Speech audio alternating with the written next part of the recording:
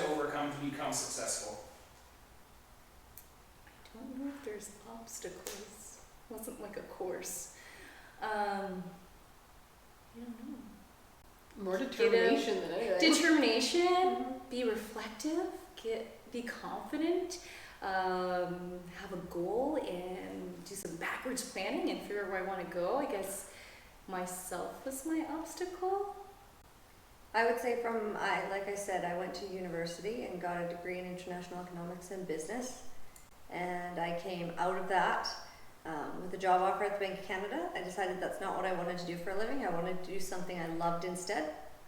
And working my way from the bottom up, literally working night and day, driving from place to place to try to gain clients, to try to coming into that industry with absolutely no resume except for what I had done as a teenager, going to people to sell myself and show my skills. I literally was running to people to grow a clientele, and it took years to turn it around to have them come to me instead. But it was just grit and determination, going, this is what I want to do, and I'm going to show the people who said it can't be done. And literally when people said you can't do it, just keep going. I was gaining clientele as I went, even if it was a crappy month.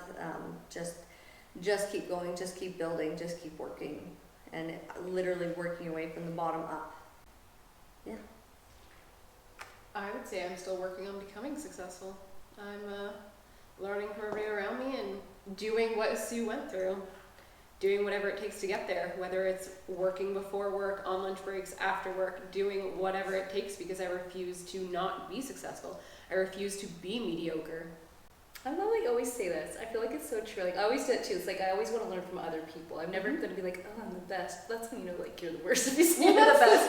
It's so true though. I'm like, I love that you say it. I'm like, I like that. I'm like, I want to be more successful too. I want to learn more things all the time and put myself out there. And I try to do that too. But I love that you say it. Like, and you've said it a few times today. Well, because like I can sit here and be envious. Like your room that we were in last time we were here, like your room was like goals.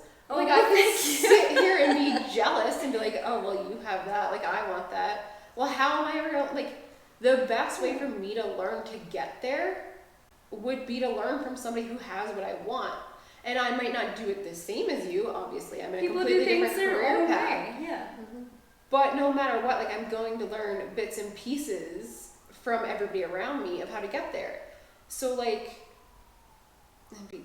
but everybody, like you're crushing it too. You're working out all the time. You have these like phenomenal results. Like I'm like looking like, damn, what'd you do with that workout there? I didn't like watch that online. What can I do? I'm like, this is fantastic. I mean, every single person, like don't celebrate yourself short by any means at all. Like I think every single person has something they're offering and doing that's people should be taken away from. Like if you want those results, who's getting them? What can you do? And talk to them and apply to your own life. For sure. Like when I was 20, 21, when I was hanging out with people who literally their goal, what they look forward to was, oh, we're going to the bar Friday night. Oh, we're going here Saturday night. We're doing this. And I'm like, that's the furthest we're getting in life. Like, no offense to anybody who does, like, if that's what you're happy with, if that's what you're content with, by all means. That I knew that that's not where I wanted to be in my life. So if that's who I'm constantly surrounded with, and I'm not saying these are bad people, they're not people that I'm still friends with, but if that's not where I see myself in 10 years, I need to surround myself with people who have what I want, or who are where I want to be, people I can learn from to get there. And I feel like people settle more because they feel like, well, this is my life, this is where I'm at. And I don't ever want to be that person. No, and I think the big thing too, people sometimes, I don't know if it's settling or if they just don't think they can get it. They're just like, they've never contemplated, they never went further to look into it. Like, I remember like our big thing when we first started, because we loved motorcycles. We had motorcycles, I worked at a motorcycle dealership, like we did all the track days and everything. And then we were like, let's look into cars. And our big thing like 16, 17 years ago was Neil wanted a Corvette and I'd have a Porsche. And we would be like the coolest car couple like ever. And then we're like, wait a second, you start like looking at, well, hey, that person there has a Lamborghini. What could I do? That's really cool. and you kind of think about a laughing gesture, like, no way I could get that, no way, but like, how did you get it? And then we learned it like, well, shit, my God, I could do this. So and now we've had a couple Lambos, and now I'm like, a Ferrari. Like, but it was those things like we actually had to go like, I could have it. I want that. I could that's have kind of it. like I started with a Genesis, and then I met people with muscle cars, and then I realized, oh, I really like Camaros. So then we got like the SS Camaro, and then I met people with nicer cars, and I'm like, well, I can't have a Lamborghini yet, but what can I buy to move up a little bit further? So then we got the ZL1, and from the ZL1 it was like, well, I love this car, but we kind of bought it for the wrong reasons and made some not so great decisions with that. So then it was like, so then we got rid of that, and it was like, well, but I still need a car, I still need something I love. And then I realized that I wanted something different, and I learned that alphas are appreciating in value because people keep writing them off or messing them up, and there's just they made a limited amount of them. There's not a lot of them left. So I was like, okay, well, I can go spend the same amount on a massively produced car that anybody can have.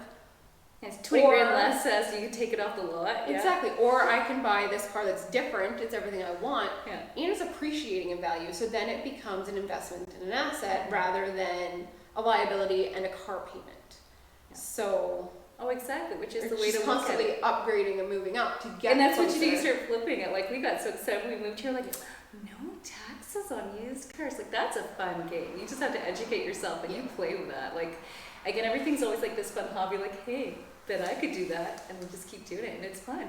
Well, and when you realize that you buy a vehicle that's not just a liability, but it's something that is appreciating, you realize that you can make money. Like, yeah, I'm buying a vehicle that's, to a lot of people, overly expensive because a lot of females look at a vehicle as nothing more than a microwave. It doesn't do anything for them. I don't talk to those girls, sorry. No. But when you look at them as an asset and something that's appreciating, something I can make money off of a few years down the road. Like, Exactly. even the ZL1, I sold that 3 years and 60,000 kilometers later for the exact same price that I bought it for brand new. So I drove a car for 3 years. Oh yeah, for free. exactly. Having the vehicles that either go up in value or stay the same. Whereas other people are like, I got such a good deal. I bought this $40,000 car. I'm like, it's now worth $5. Yeah. Like, that was not like I made a great choice. Look at me. I don't spend all my money on cars. It's like, no, you spent a lot of money on that car. Like, I didn't spend that money on that car. No, Yeah. I made money on my car, or I drove a car for free for 3 years. Exactly. I recently. enjoyed. Had great times in that car for free. Yeah. I think the biggest thing is to overcome obstacles, I always made myself the smallest fish in the biggest pond. Mm-hmm. No matter where I was, I sucked in knowledge. Even when I got to higher up in my business and career, I put myself around people and I said, how did you do that? And I sat down for an hour, shut my mouth regardless of how successful I was, and went, how did you do that? And learned so much. And you can always learn something from somebody, even if it's the wrong thing to do. I used to tell people that That's all a great the time. lesson all the time. Yeah, even if you go to a seminar, a clinic, or whatever, and you're like, okay, what did I take away from that? You can always take something away from it, even if it's what not to do. But you have to be humble enough to understand that there are always people above you, and there's always somebody that's done something better. And I got through so many obstacles by asking for help and being the smallest fish in the biggest pond. If I'm the biggest fish in the small pond, there's a problem. You're in the wrong pond. That's right, absolutely. That's how I did it. Like I said, jealousy and envy is going to get you nowhere. Yep. You should want to learn and Yep. gain every bit of information you can to get to where you want to be. Mm-hmm. What is? I love looking. I always laugh because everybody goes on about Instagram. They're like, "Oh my gosh, it makes me self-confidence." All this. I'm like, I love looking at Instagram. I'm like, that's kind of my idea. But I'm like, damn, look at that. What a great idea. How can I do this? How can I get these things? Like, there's so many things that if you just change your own mindset, then you're getting out of your own way and you can actually achieve things you want to be achieving. Yeah. Well, and just not giving up. Like I said, determination. Yeah. Just like, we'll go back to, like you said, like my posts and stuff from being at the gym and stuff like that. If I had given up every time I tried to lose weight, I wouldn't be where I am. Oh, exactly. If I had, like, no. You fall down 7 times, stand up 8. Yeah.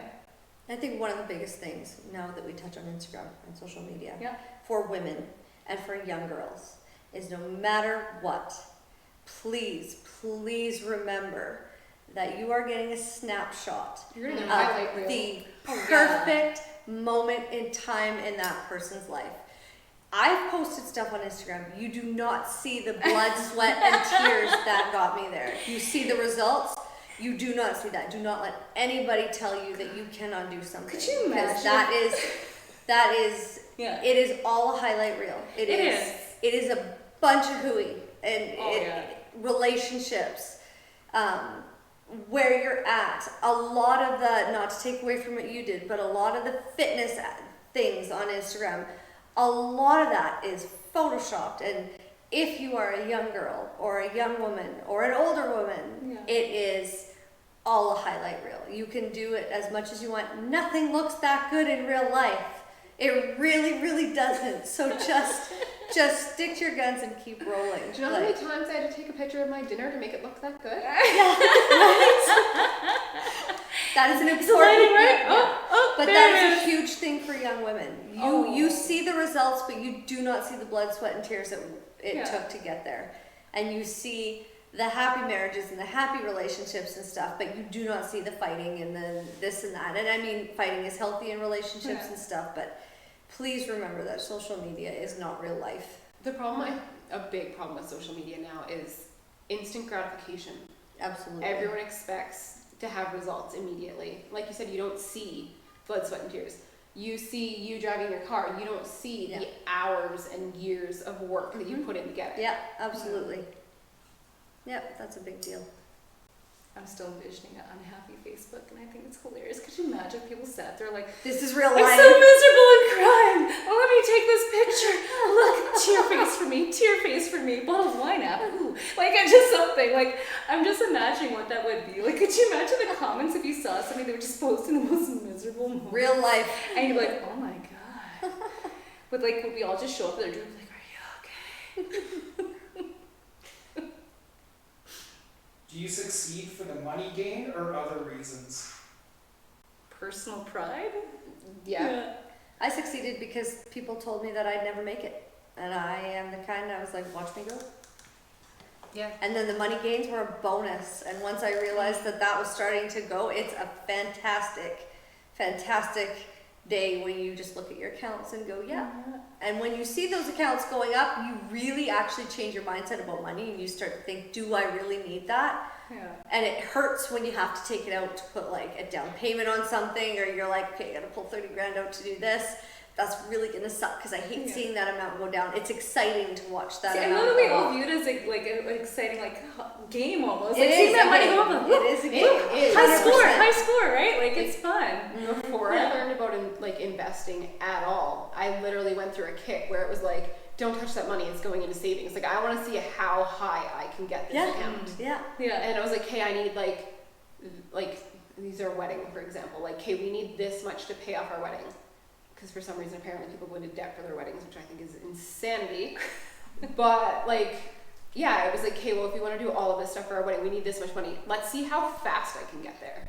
Like, it became a, well, no, I'm sorry, I don't want to go out for dinner with you tonight. Not because I don't want to go out for dinner, because I don't want to spend $150 on dinner when I can go put it and watch my account grow. Do you want to hear my embarrassing fun thing that I did? Absolutely. Okay. So I love that TLC channel, like everything. I love it from hoarder, so you want Yeah, to me clean too. your house. Everything is like £600. I'm like, oh my god, I need a salad. So I watched the couponing. Oh, And I got so remember into it. So I that had a one. full photo album. And he always looked at me, he's like, what the hell, you just lost money. He would get him to drop me off at different grocery stores because they had different coupons. And I researched it. Oh He's my like, God. you're batshit crazy. I'm like, no, I'm not. I took him to Walmart and I used all my coupons. They paid me to leave with the stuff.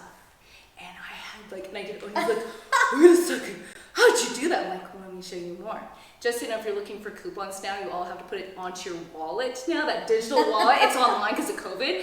I used to be able to like stack them at London Drugs, everything. So I was so proud. I got so into it because it's like, I don't even want to spend my money. I'm gonna get paid to get groceries. I used to, and like even the people that tell, because it used to be like those little Nexus shampoos. Yeah. You get the trial size. That was like the money maker. They're like, why don't you just Funny. get a big one? And then when went through, there was like this older woman. She's like, and then she like gave me my money, and I took my stuff, and I was like, I feel like I did something illegal. Yeah. So then Start I the again car, and again start and the again. car. This is I fantastic. Yeah. So some of the couponing rules have changed since then, but I was like, that was like a fun game, and I loved it so I much. tried. I had a friend who was really into couponing, and I tried, and then I realized that like everything that I was seeing was all like boxed and like pantry stuff, and I was at that point trying to only eat like fresh like produce and stuff like that, and I was like, this doesn't work for me because I can't use any of these. I had so I many gave like up. cleaning products. I still have scrubbing bubble stuff from years ago. I have like, I look like a hoarder. I think it was like partially the couponing on the hoarders. Like, I don't know what to do now. I want a coupon, but I don't want to be that hoarder with this huge, like, if the world ends. Although I should have stocked up on toilet paper. That's what I learned from this.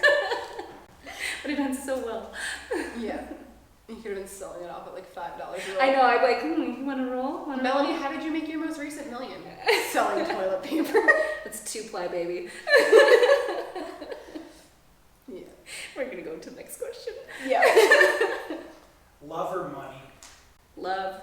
Both. No, I'm just kidding. She loves the money. Yeah, I'm kidding. I'm just kidding. No, but really, like both. Why can't you have both? Exactly. What kind of question is that?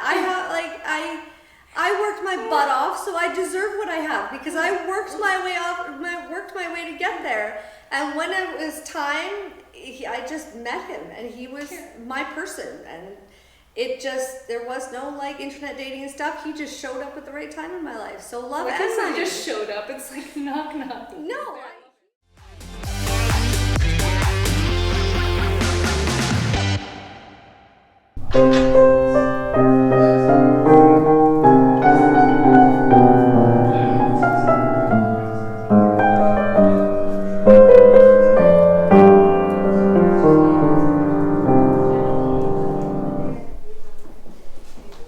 Oh, do you want to come see the fashion room?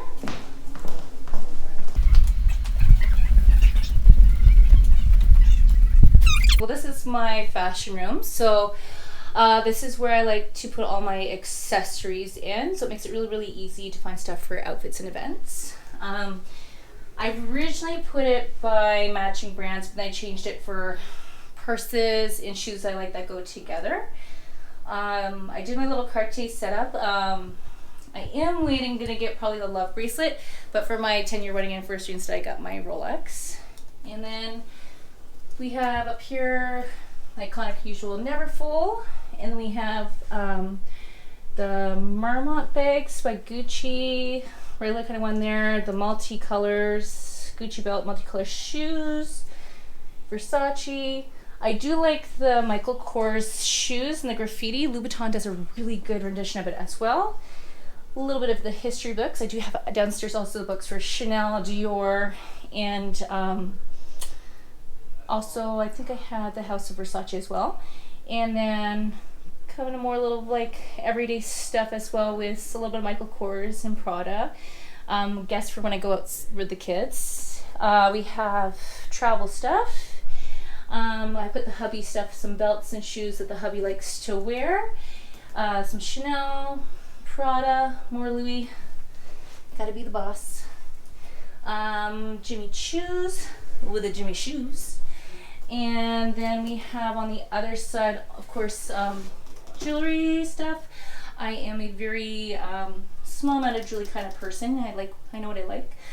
Alma BB, and then I did boots, some more Louboutins. Usually these ones are up there too. I just did one of the little Louis Vuitton kind of scarves you put on your bag. Belts, slides, mules, sneakers by Louis, and then just I put some everyday like Coach stuff and some Michael Kors and everything. So that is kind of a look at some of the fashion stuff that I like.